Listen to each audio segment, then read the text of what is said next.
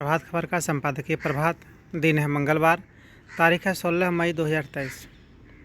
विषय है योगी के प्रभाव को दर्शाते परिणाम। यह आलेख लिखे हैं नवीन जोशी, जो एक वरिष्ठ पत्रकार हैं। उत्तर प्रदेश के नगर निकायों के चुनाव में भाजपा ने बहुत बड़ी विजय दर्ज की है। नगर निकायों की तीनों शाखाओं में राज्य में सत्तारूढ़ भाजपा का प्रदर्शन 2017 की तुलना में काफ़ी बेहतर रहा है। सभी 17 नियमों पर उसने कब्जा जमा लिया है। पिछली बार बसपा के 2 मेयर जीते थे। साल 2017 में भाजपा ने 14 मेयर जीते थे। नगर पालिका और नगर पंचायत में भी उसने बढ़त हासिल की है। राज्य की मुख्य विपक्षी पार्टी सपा का प्रदर्शन पहले की अपेक्षा बहुत खराब रहा है। इसी तरह बसपा की स्थिति भी निराशाजनक रही है। कांग्रेस तो स्वाभाविक रूप से उत्तर प्रदेश में अनुपस्थित है। कहीं कहीं वह सांकेतिक जीत दर्ज करा सकी है। इससे यह पता लगता है कि नगर निकाय चुनावों में मुख्य शहरों के अलावा आसपास के कस्बाई इलाकों और गांव में भी भाजपा की बैठक गहरी होती जा रही है। भाजपा की इस बड़ी विजय के जो मुख्य कारण दिखते हैं, उनमें एक तो यह है कि मुख्यमंत्री योगी आदित्यनाथ की प्रदेश में लहर है। इन चुनावों को उन्होंने व्यक्तिगत रूप से लड़ा और जगह जगह वे प्रचार के लिए भी गए। मुख्यमंत्री योगी ने मुख्य रूप से अपने प्रचार में यह कहा कि उत्तर प्रदेश में गुंडा तत्वों और माफिया राज का सफाया कर दिया गया है। यह इस समय राज्य में घर घर चर्चा का विषय भी है। हाल में अतीक अहमद के माफिया साम्राज्य को जिस तरह से ध्वस्त किया गया है, उससे जनता में यह संदेश गया है कि योगी राज्य में अपराधियों का खात्मा किया जा चुका है। समाजवादी पार्टी इस प्रचार का मुकाबला नहीं कर पाई। उसके पास इसकी कोई काट नहीं थी। अखिलेश यादव ने अपने भाषणों में यह जरूर कहा कि राज्य में असल में पुलिसिया गुंडागर्दी चल रही है, लेकिन वे जनता के बीच यह संदेश नहीं ले जा सके हैं कि मुख्यमंत्री योगी ने कानून व्यवस्था और अदालतों का काम अपने हाथ में ले लिया है या पुलिस महकमे को थमा दिया है। यह बात भी उल्लेखनीय है कि जितना प्रचार योगी जी और उनके मंत्रियों ने किया, उसके मुकाबले अखिलेश यादव कम ही निकल सके। बसपा प्रमुख मायावती तो प्रचार के लिए निकली ही नहीं।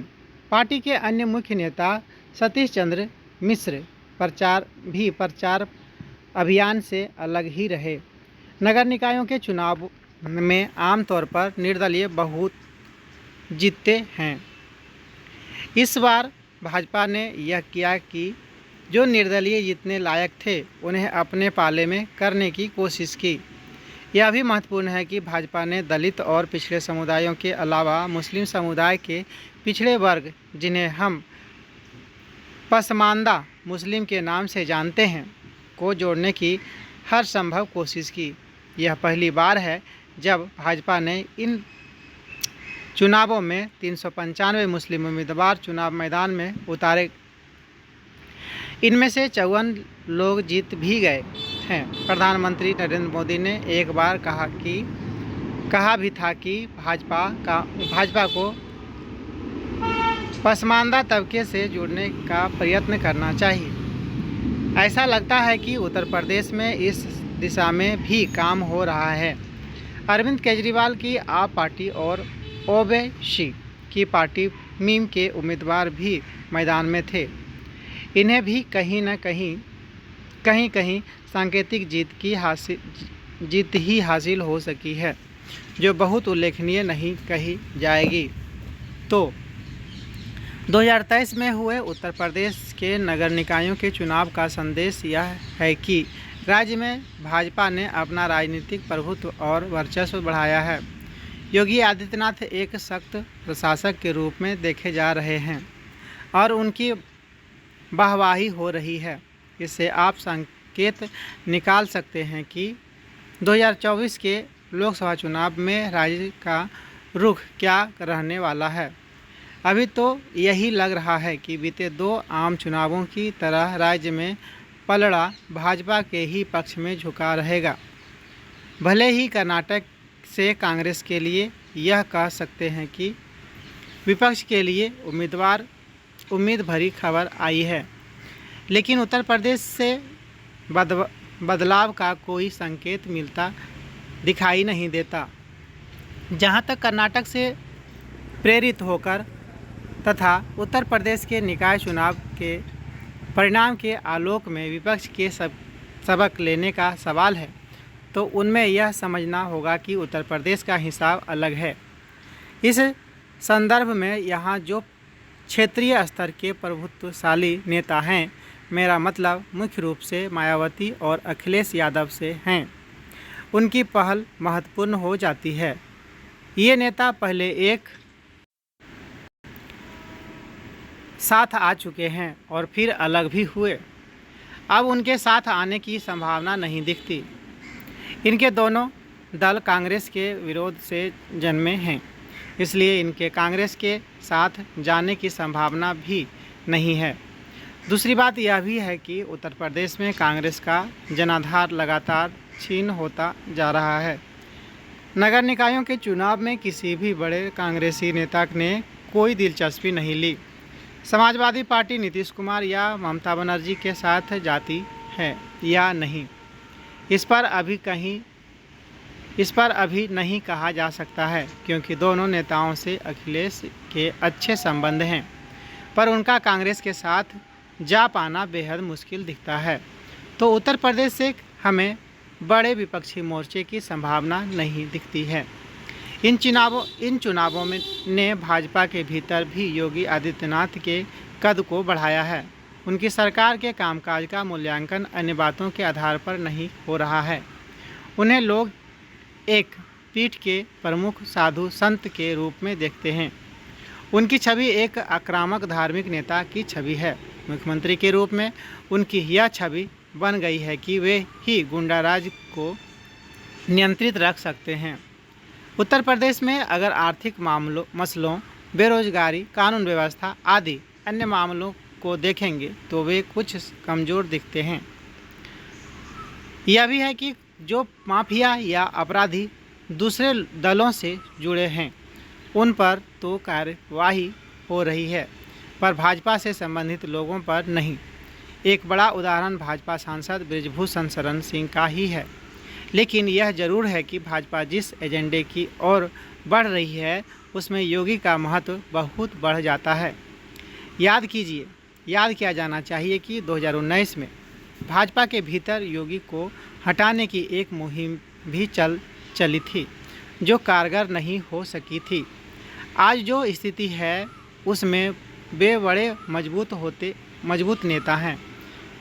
खासकर उत्तर प्रदेश से भाजपा के बड़े नेताओं की तुलना में इसमें कोई दो राय नहीं कि योगी आदित्यनाथ अपना कद बहुत बढ़ा गए हैं तथा उनके सामने फिलहाल कोई बड़ी चुनौती भी नहीं है। अगला आलेख है आत्महत्या राह बनी, आत्महत्या राह नहीं। 12वीं कक्षा के परिणामों के आने के बाद आत्महत्या से 3 छात्रों की मौत की खबर बेहद दुखद है। बीते कई वर्षों से ऐसी घटनाएं लगातार हो रही हैं। ऐसा केवल 10वीं या 12वीं कक्षा के नतीजों के बाद ही नहीं होता, बल्कि इंजीनियरिंग एवं मेडिकल प्रवेश परीक्षाओं में असफल होने के बाद भी अनेक छात्र आत्महत्या करने लगे हैं। ठीक से प्रश्न पत्र पर हल नहीं कर पाने या समुचित तैयारी नहीं होने पर भी छात्र हताश होकर जान देने लगे हैं। पिछले साल जारी राष्ट्रीय अपराध रिकॉर्ड ब्यूरो के रिपोर्ट के अनुसार 2021 में 13,089 छात्रों की मौत आत्महत्या से हुई थी। वर्ष 2020 में यह संख्या 12,526 रही थी। हालांकि रिपोर्ट आत्महत्या के कारणों का स्पष्ट उल्लेख नहीं है। लेकिन इसमें बताया गया है कि 18 साल से कम आयु के 10,732 किशोरों में से 864 छात्रों ने परीक्षा में विफलता की वजह से अपनी जान दी थी। वर्ष 2021 में आत्महत्या से मरने वाले 13,082 छात्रों में 56.51% लड़के थे और 43.49% लड़कियां थीं। इन आंकड़ों की भयावहता इस तथ्य से सिद्ध होती है कि मृतक छात्रों का प्रतिदिन का औसत 35 है। देश के प्रतिष्ठित उच्च शिक्षण संस्थानों में भी आत्महत्या की घटनाएं आम होने लगी हैं। उनके अध्ययनों और पर्यवेक्षणों से पता चलता है कि परीक्षा निकट आने के साथ ही छात्रों में चिंता और अवसाद बढ़ने लगता है। हालांकि हाल के वर्षों में विद्यालय संस्थान, सरकार और सामाजिक संस्थानों आदि की ओर से छात्रों की काउंसलिंग करने और पढ़ाई में मदद करने तथा आवश्यक होने पर चिकित्सीय परामर्श मुहैया कराने का प्रयास हो रहे हैं, पर ये नाकाफ़ी साबित हो रहे हैं। अनेक किशोरों के बावजूद अब भी हमारे देश में मानसिक स्वास्थ्य को लेकर जागरूकता बहुत कम है। गलाकाट, प्रतिस्पर्धा तथा माता पिता एवं शिक्षकों के अनावश्यक दबाव ने भी छात्रों के सामने विकट स्थिति पैदा कर दी है। प्रतियोगी परीक्षाओं की तैयारी के प्रमुख केंद्र के रूप में लोकप्रिय राजस्थान के कोटा से अक्सर आत्महत्याओं की खबरें आती रहती हैं। इंजीनियरिंग और मेडिकल में कम सीटें होने से प्रतिस्पर्धा बहुत अधिक होती है। इसी तरह स्नातक में प्रवेश के लिए भी मारामारी होती है। बहुत से अभिभावक न तो अपने बच्चों की क्षमता को ठीक से समझते हैं और न ही उनकी अभिरुचि को। परीक्षा के समय उनकी मनोदशा से भी अनजान रहते हैं। अभिभावकों और शिक्षकों को बच्चों से सहानुभूतिपूर्वक व्यवहार करना चाहिए तथा उन्हें समझना चाहिए कि एक असफलता से जीवन का निर्धारण नहीं होता। जीवन बहुआयामी है, इसे यूं खो नहीं देना चाहिए। अगला आलेख है बच्चे के लिए ज़रूरी खसरा रूबेला का टीका। यह आलेख लिखे हैं डॉक्टर कनिका मित्र, जो प्रमुख यूनिसेफ झारखंड के हैं, और आस्था अलंग, जो कम्युनिकेशन एडवोकेसी एंड पार्टनरशिप विशेषज्ञ यूनिसेफ झारखंड के हैं। टीका एक सुरक्षा कवच की तरह है जो परिवार एवं समाज को बीमारियों से बचाता है। यह बचपन में बच्चों को होने वाली जानलेवा बीमारियों से बचाने का सबसे लागत वाला बेहतरीन एवं प्रभावी उपाय है। नियमित टीकाकरण कार्यक्रम के तहत लगातार चलाए गए टीकाकरण अभियान के कारण ही नियोनेटल टेटनस, चेचक और पोलियो जैसी बीमारियों को नियंत्रित कर बच्चों के जीवन को सुरक्षित एवं स्वास्थ्यपूर्ण बनाया जा सका है। हालांकि टीके के माध्यम से रोकथाम की जाने वाली बीमारियों का अचानक से उभर आना कोई असामान्य बात नहीं है, लेकिन महत्वपूर्ण यह है कि ऐसे मामलों के सामने आने पर तुरंत उस पर ध्यान दिया जाए और कार्यवाही की जाए। हाल में वैश्विक स्तर पर और भारत के कई राज्यों के साथ साथ झारखंड के कुछ जिलों में भी बड़ी संख्या में खसरे के मामले पाए गए हैं, जो इस बात का संकेत है कि खसरा रूबेला का टीका सभी बच्चों को अभी नहीं लगा है। स्थिति की गंभीरता को देखते हुए तथा भारत सरकार द्वारा 2023 तक खसरा रूबेला उन्मूलन के लक्ष्य के मद्देनज़र झारखंड सरकार ने टीकाकरण का विशेष अभियान शुरू किया है। यह अभियान 12 अप्रैल से 9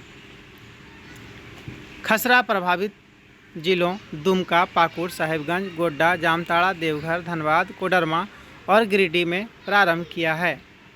इसका उद्देश्य इन जिलों में 9 माह में 15 साल तक के 45 लाख बच्चों को खसरा रूबेला का विशेष टीकाकरण करना है। दुर्भाग्यपूर्ण है कि खसरा के प्रकोप के बावजूद लोग गंभीरता नहीं दिखाते। लोगों की धारणा होती है कि हर बच्चे को खसरा की बीमारी जरूर होती है, जिससे माता पिता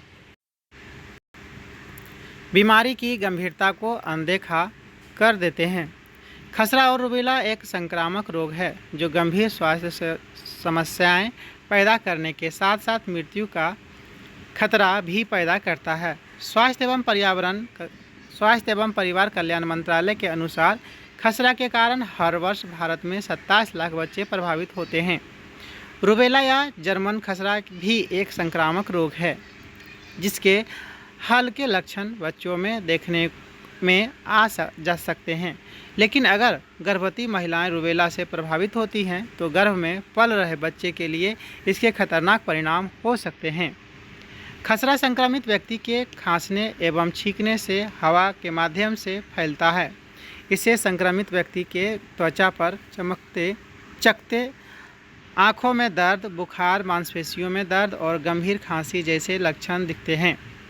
खसरा होने पर कानों में संक्रमण, दस्त, निमोनिया, ब्रेन डैमेज या यहाँ तक कि मृत्यु का खतरा भी होता है। खसरा और रूबेला बीमारी को टीकाकरण के माध्यम से रोका जा सकता है, जो लंबे समय के लिए बच्चों में प्रतिरक्षा प्रदान करता है। माता पिता और देखभालकर्ताओं को यह सुनिश्चित करना चाहिए कि बच्चे को भविष्य में इस बीमारी के संकट से बचाने के लिए उनका टीकाकरण किया जाए।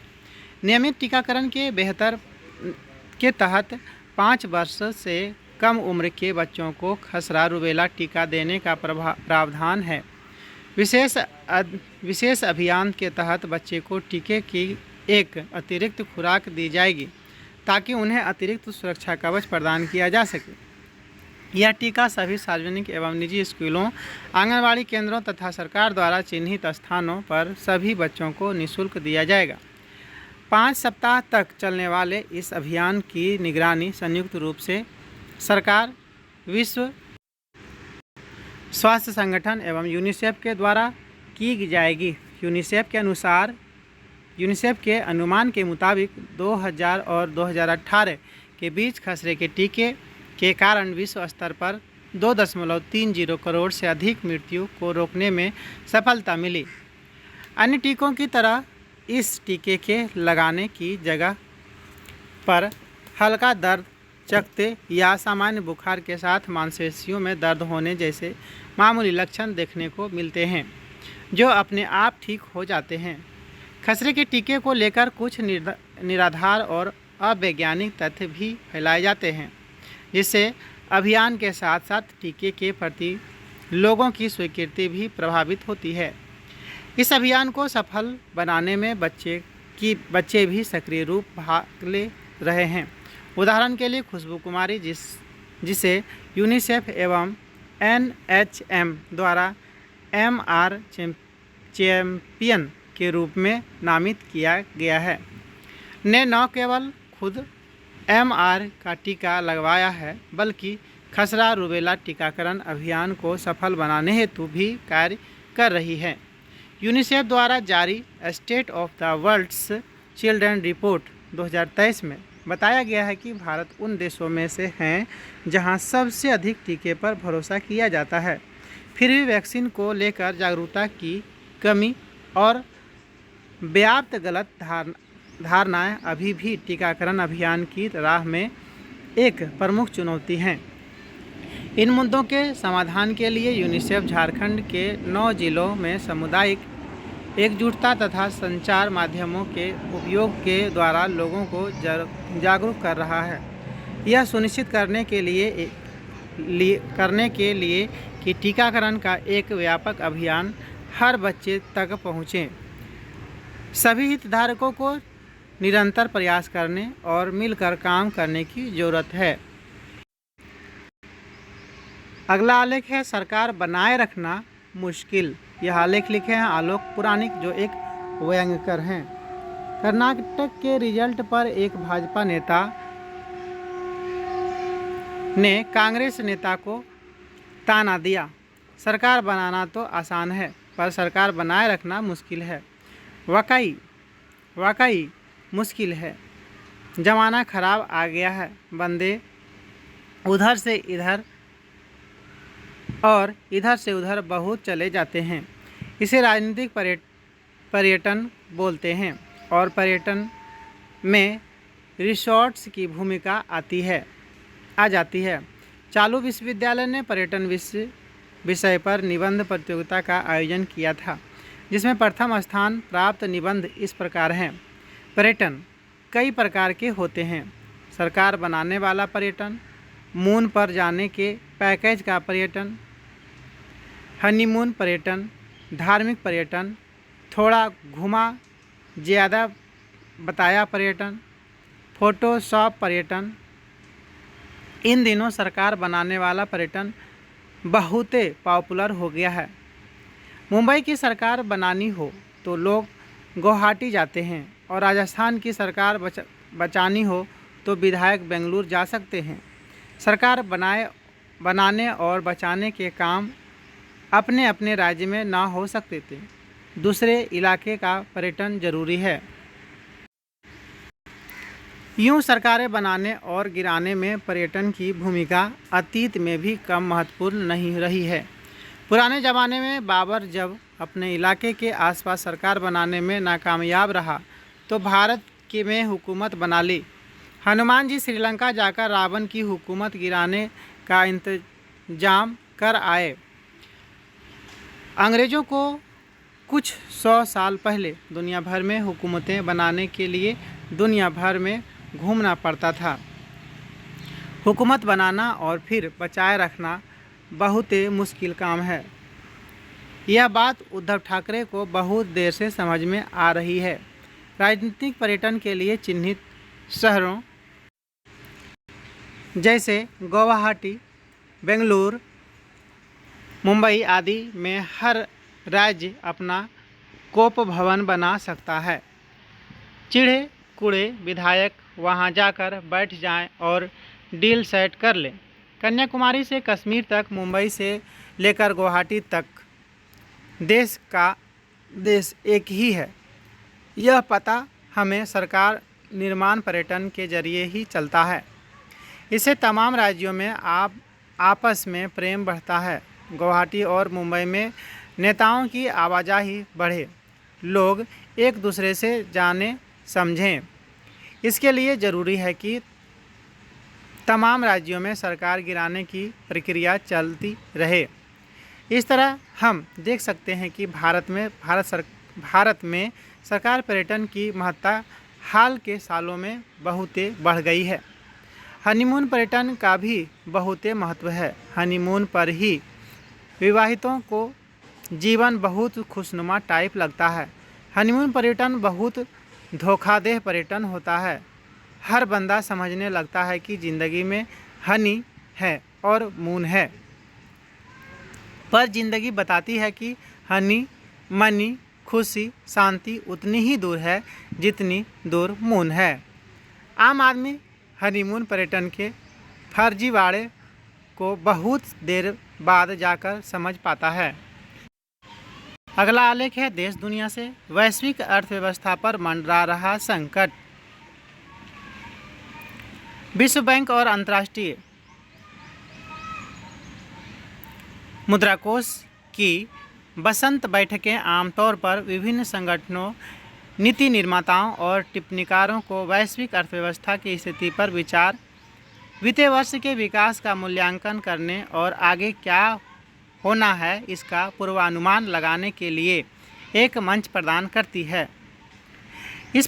इस वर्ष अप्रैल में वाशिंगटन में हुई इन बैठकों में भयावह भविष्यवाणियाँ हुईं, जिसमें दीर्घावधि तक वैश्विक मंदी की बढ़ती संभावना को रेखांकित किया गया, जबकि कई विश्लेषकों ने पूर्व में ही यह माना था कि बीते 3 वर्षों में दुनिया ने जिन संकटों का सामना किया, कोविड-19 महामारी, आपूर्ति श्रृंखला व्यवधान, यूक्रेन में युद्ध और परिणाम स्वरूप मुद्रास्फीति का संकट और वित्तीय उथल-पुथल, उन सभी का वैश्विक अर्थव्यवस्था पर महत्वपूर्ण किंतु अस्थायी प्रभाव पड़ा है।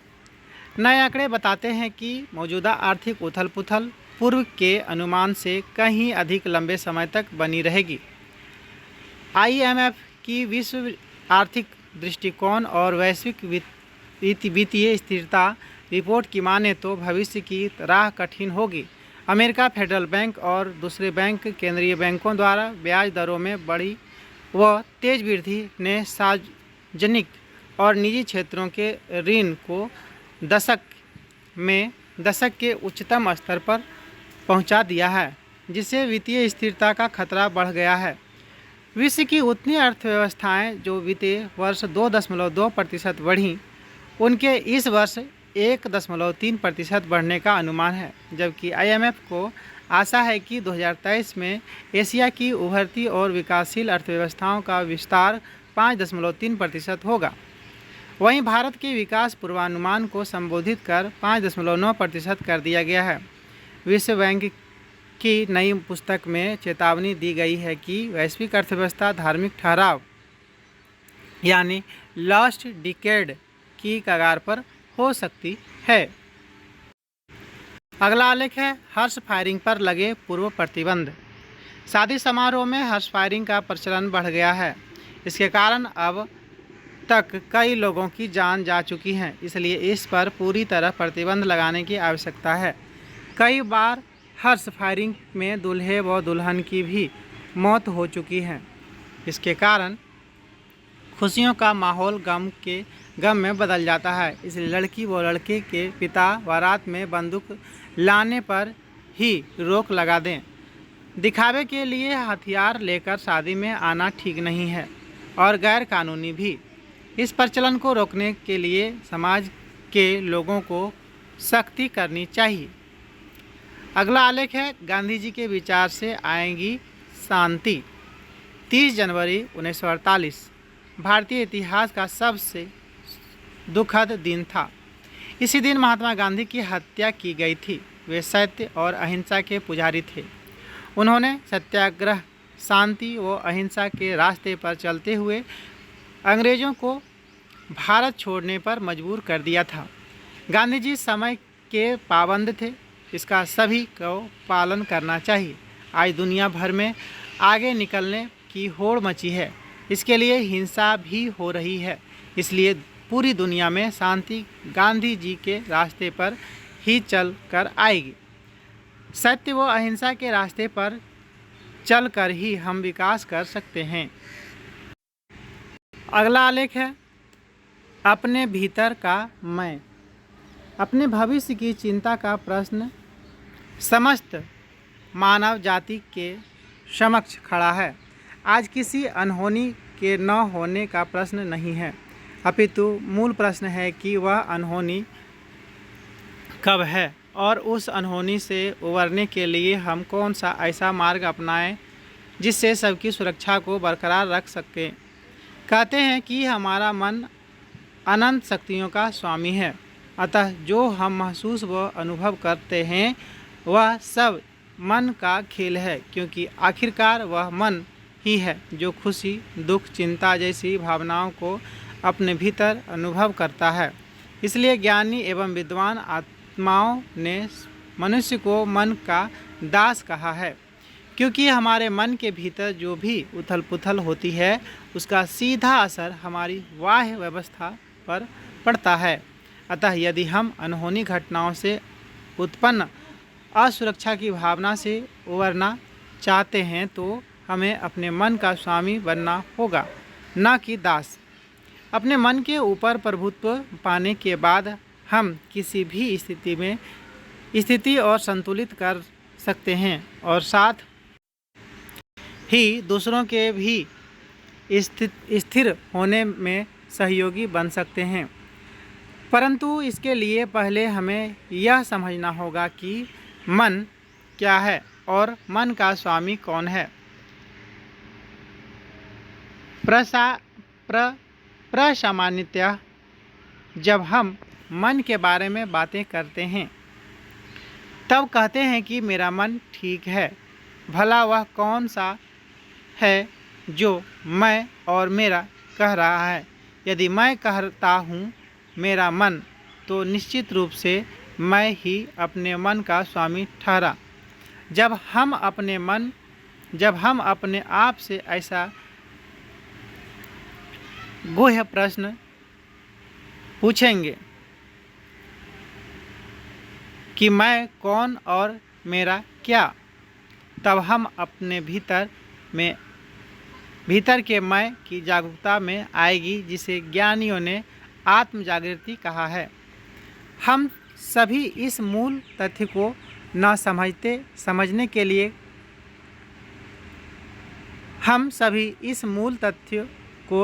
समझने के कारण एक बड़ी भूल कर बैठते हैं। आखिर वह कौन है जो मैं और मेरा कह रहा है? अतः जब हम इस मैं की गुत्थी को सुलझाने में सफल हो जाते हैं, तब अपने भीतर छिपी हुई आत्मशक्ति को पुनः प्राप्त कर अपने मन के स्वामी बन जाते हैं। और जिसने अपने मन को जीत लिया, उसने समस्त जगत को मानो जीत लिया। इसी के साथ आज का संपादकीय प्रभात समाप्त होता है।